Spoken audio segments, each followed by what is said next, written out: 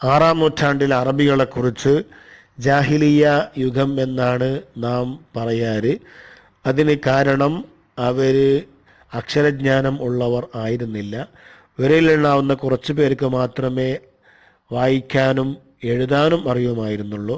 അതേസമയം അവരിലുള്ള അധിക പേരും നല്ല സാഹിത്യകാരന്മാരായിരുന്നു. എന്ന് പറഞ്ഞാൽ പ്രകൃതിപരമായിട്ട് അവർക്ക് അറബി ഭാഷ ഒതുങ്ങിയിരുന്നു. അവർ വലിയ വലിയ കവികളായിരുന്നു. പിന്നെ രാഷ്ട്രീയമായി നോക്കുകയാണെങ്കിൽ റോമക്കാർക്കും പേർഷ്യക്കാർക്കും ഏക ഭരണ സംവിധാനമുണ്ടെങ്കിൽ അറബികൾക്ക് അങ്ങനെ സംവിധാനം ഉണ്ടായിരുന്നില്ല. അത് ഗോത്രങ്ങളായിരുന്നു ഭരിച്ചിരുന്നത്. പല ഗോത്രങ്ങളുമായി കലഹങ്ങളും യുദ്ധങ്ങളും അതുകൊണ്ടാണ് സാധാരണഗതിയിൽ ഉണ്ടായിരുന്നത്.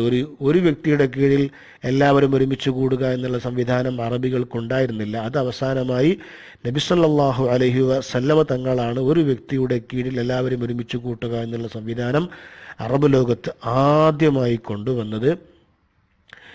കള്ളും അതുപോലെ സ്ത്രീ ഇതൊക്കെ സാധാരണഗതിയിൽ അവരൊക്കെ ദുഷിച്ചു പോകാനുള്ള ഒരു പ്രധാനമായ കാരണമായിരുന്നു.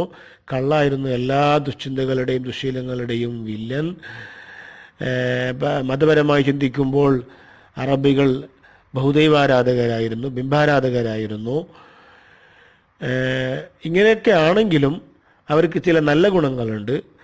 ഒന്നാമതായിട്ട് മുഴുവൻ അറബികളും ഇങ്ങനെയാണ് എന്ന് പറയാൻ കഴിയുകയില്ല. ചിലരൊക്കെ വറക്കത്തുബ്നു നൗഫൽ പോലെയുള്ള കുറച്ച് പേര് അവിടെ ഇബ്രാഹിം നബി അലൈഹിസ്സലാമിൻ്റെയും ഇസ്മായിൽ നബി അലൈഹിസ്സലാമിൻ്റെയും പാത പിന്തുടർന്നവർ ഉണ്ടായിരുന്നു. അവരെക്കുറിച്ച് നാം ഹനീഫ് ഹുനഫ എന്നാണ് പറയാറ്. മറ്റൊരു നല്ല സ്വഭാവം, നല്ല വിശേഷണം അറബികളെക്കുറിച്ച് പറയാനുള്ളത് അവർക്ക് നല്ല ഓർമ്മശക്തി ഉണ്ടായിരുന്നു.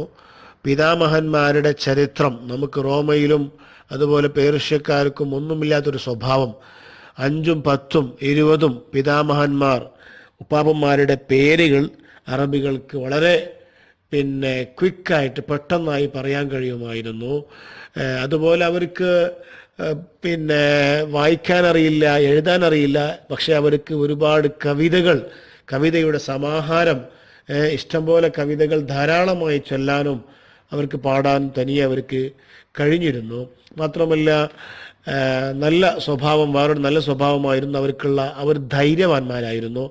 അവരുടെ സംഗതികൾ, അവരുടെ കുടുംബം, തൻ്റെ വാപ്പ, തൻ്റെ മക്കൾ, തൻ്റെ കുലം, തൻ്റെ ഗോത്രം ഇതൊന്ന് ഡിഫെൻഡ് ചെയ്യാൻ വേണ്ടി അവർ എന്തിനും തയ്യാറായ ഒരു കമ്മിറ്റ്മെൻ്റ് ഉള്ള ഒരു സമൂഹമായിരുന്നു അറബികൾ. അതുപോലെ മറ്റൊരു പ്രധാനപ്പെട്ട അറബികളുടെ നല്ല വിശേഷണം, ഒരു കരാറ് അറബികൾ കൊടുത്തു കഴിഞ്ഞാൽ അത് പാലിക്കുമായിരുന്നു.